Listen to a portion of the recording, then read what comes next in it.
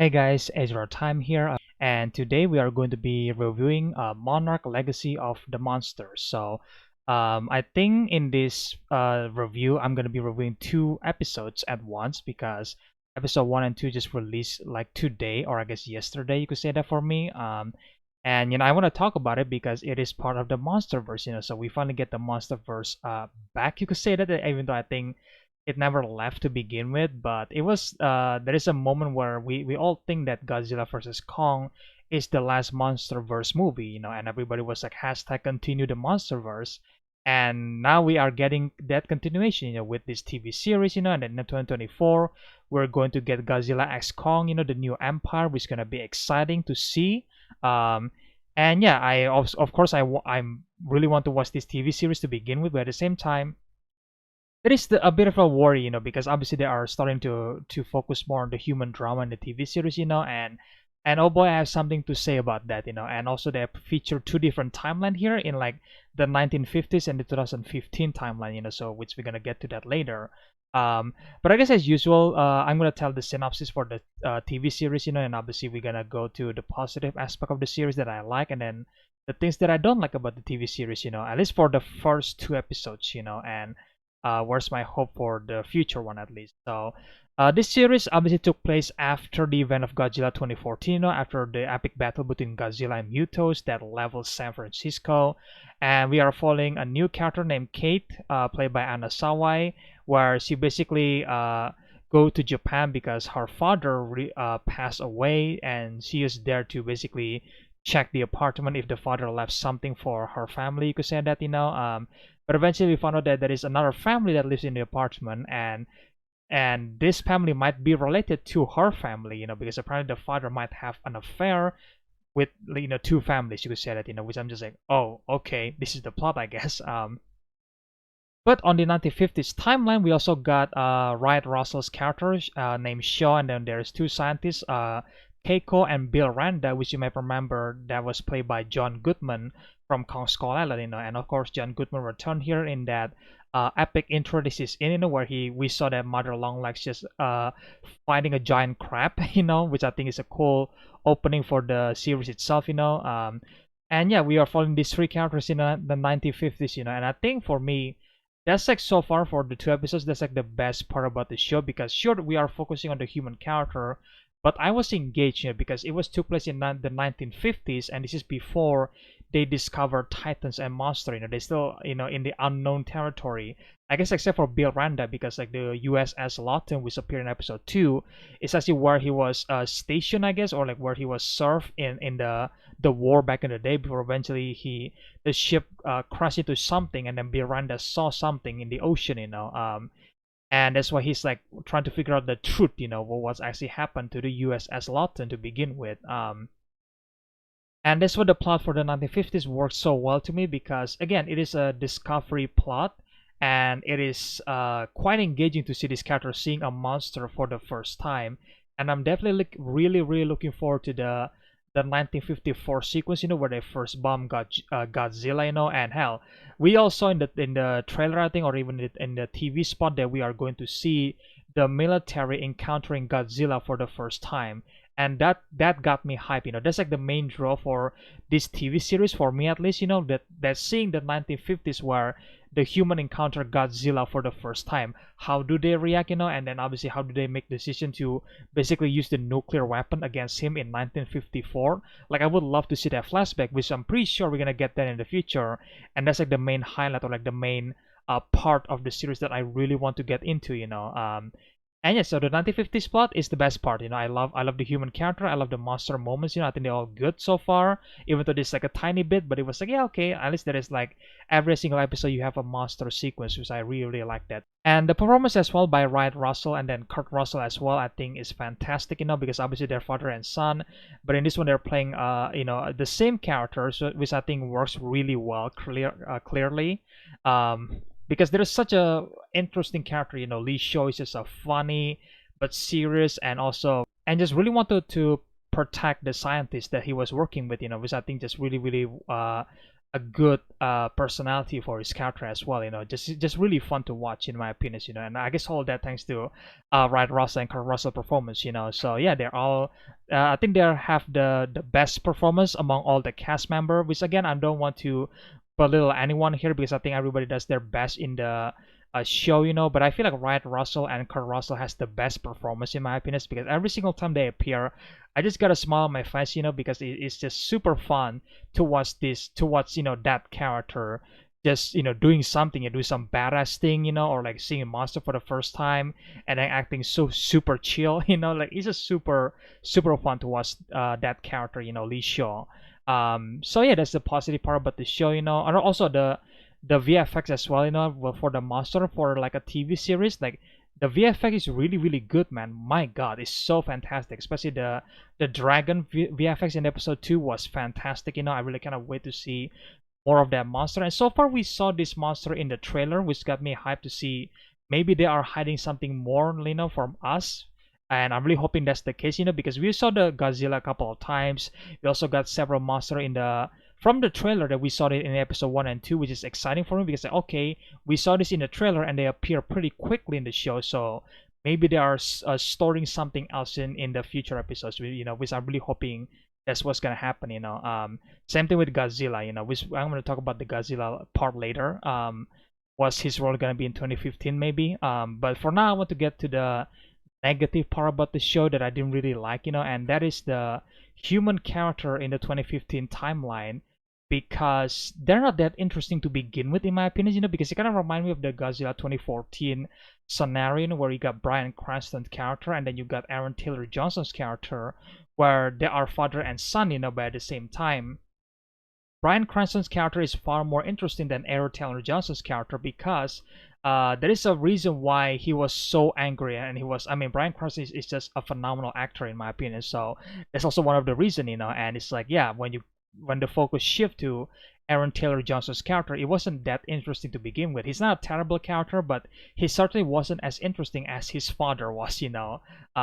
So there's that, and that's what I feel is similar to here, where it's like the 1951 is like the Bryan Cranston one. It's like, oh, this is the one character that I really was interested in, and then obviously the storytelling in 1950s was really engaging, and in the 2015 one, it feels like a soap opera in a way that it tries to be exciting, but all right, cool, because most of the characters are just a bunch of teenagers that I don't really care about, to be honest. There's some drama between two characters, Kantaro and May, which like apparently these two has a relationship, but and apparently they're broken up because Kantaro's father just died, so obviously he needed time for himself, and something happened, I guess, and that's why they're broken up. And I'm just like, dude, I don't care about this plotline in this TV series, especially it's about a monster TV series, Like I like they tried to set up like a mystery with this character, what actually happened, but certainly it wasn't the best type of mystery, to be honest, because the way they handle, Monarch in this 2015 timeline, it seems like they're like the bad guy, right? Because I'm just like, well, we all know they're not the bad guy. We all know they're just a bunch of, organization that try to keep this Titus in check, and that they obviously has some secret and has some files that they can decipher and something like that. But it's just like, well, I don't know, man. It wasn't that interesting to begin with because we know Monarch is not the bad guy. We know that they are good guys to begin with. And it's just this character just misunderstanding left and right, about Monarch, Which, to be fair, sometimes Monarch has some scary team to begin with, but at the same time, we all know that they're not the bad guys. So I guess there's that. And the drama between like Kate and Kantaro has the same fathers and stuff like that, which I was like, okay, cool, I guess, but just like, what is the purpose of doing this? Like I'm not that interested about to figure out that mystery, whether that was true or not, which I'm pretty sure it was true to begin with. But I'm just like, well, I don't know, man. It was unnecessary to begin with, and it's just like, all right, cool, it is certainly a plot, I would say that. So that's why I think the teenagers character, the 2015 timeline, wasn't that interesting to begin with for me. I hope they change my mind in the future, where maybe it got become exciting and become much more thrilling in the future, hopefully. But so far the 2015 Thailand doesn't really convince me to love it, because the character wasn't that interesting, and I have no idea what they are going to uncover in the 2015 timeline, because we all know that monsters are real. I guess the only thing that was interesting is to see the world react, post Godzilla and Muto fight in San Francisco. We see Japan is preparing a rocket or like a missiles in the in the bridge. They're basically preparing themselves to fight in a Godzilla or Gojira, right?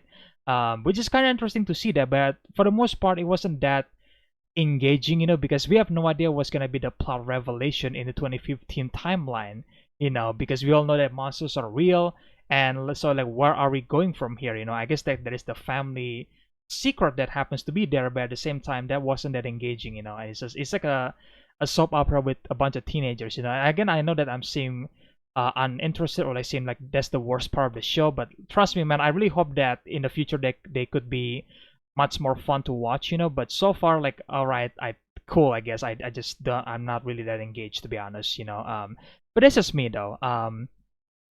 So I want to talk about Godzilla. What's gonna be his role in the future? Well, here's the thing. We all know that he's gonna appear in the 1950s timeline, which is gonna be the highlight of the show. That I really wanted to see that, in 1954. But in 2015, I'm really curious to see what's gonna be Godzilla role. I'm pretty sure that maybe he's gonna fight another monster, presumably was whatever that monster might be. So maybe again, maybe they are keeping this monster a secret. Hopefully that happen. Hopefully they don't show every single monster sequences in the trailer, because so far we see those two monster sequences in the trailer that appear in episode 1 and 2. So like that was really early, so I'm just like, okay, that's exciting for me. Maybe they are hiding something from us, which I'm really appreciative they're actually doing that. So I'm really hoping that maybe in 2015 we see Godzilla fighting another monster. Hopefully that happen, and then maybe the family can realize that, well, or I guess Kate character can realize that, well, Godzilla is not necessarily the bad guy. He's just an animal that's trying to protect the planet, because I think there has like a good backstory for Kate's character, where Godzilla appear in the San Francisco bridge, the Golden Gate Bridge, right? And then we get the extended scene, where we see Kate was actually in a bus with a bunch of kids, and then Godzilla break the bridge, we saw in the movie. But sadly, she didn't manage to save the kids, and that's what traumatized her character. So I thought there was gonna be a good arc for his character, I guess, in the future, where we see her realizing that Godzilla wasn't the bad guy. He's actually trying to protect the planet, even though, yes, he's not necessarily care too much about human beings, because at the end of the day, he's an animal, right? So what can we do, So just let them fight, like Dr. Surizawa says, So I think I can see that happen in the future. So, but yeah, I'm really curious to see what's gonna be Godzilla role in the future. And hopefully there is much more monster to be seen, because so far trailer 1 and trailer 2, we see several monsters seen, that going to appear, So that's exciting, but I'm really hoping they are hiding something from us, so there could be a giant surprise by the second half of the series. I hope that happen, but I guess we'll see. But so far I am optimistic about the show. I'm hoping that the 2015 timeline storyline could be much more engaging in the future, because so far I'm just like okay with it.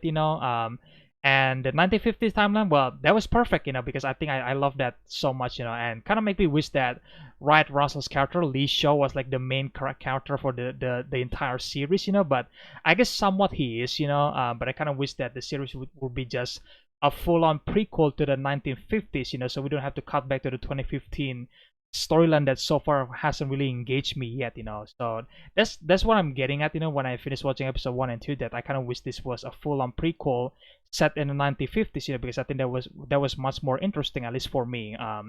But again, I'm open-minded, to see what they're going to do in the 2015 timeline. Hopefully, it becomes much more engaging and interesting to watch, because here's the thing, like, they're not entirely boring, but at the same time, I wanted more, I guess, more engaging, more monster in the 2015 one, because so far I have no idea what are they going to do in the 2015 one, what's gonna be the mystery there, because in the 50s, obviously the mystery is gonna be Godzilla and the Titan. Yeah, we all know that coming, and it's gonna be exciting to see that. But yeah, the 2015 one is like, what are you gonna do about it, But anyway, guys, that's my review for Monarch Legacy of Monsters. Again, I'm open-minded to see what's gonna be in the future of the series. I'm obviously gonna be maybe I've reviewed this episode per week, because they release this episode every Friday, so maybe I review every single episode in Friday. But I guess we'll see, guys. I have no idea, no promises, maybe I review the entire thing after the series finish, but that's gonna be in January 2024 because this is like 10 episodes, I think. So I guess we'll see what's gonna happen about that. But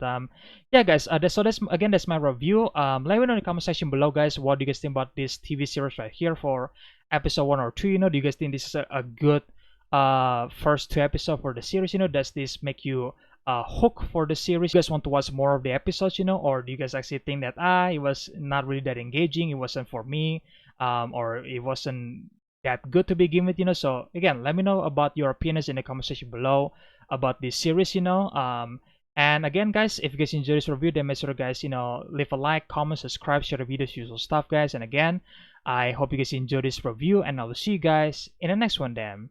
Bye.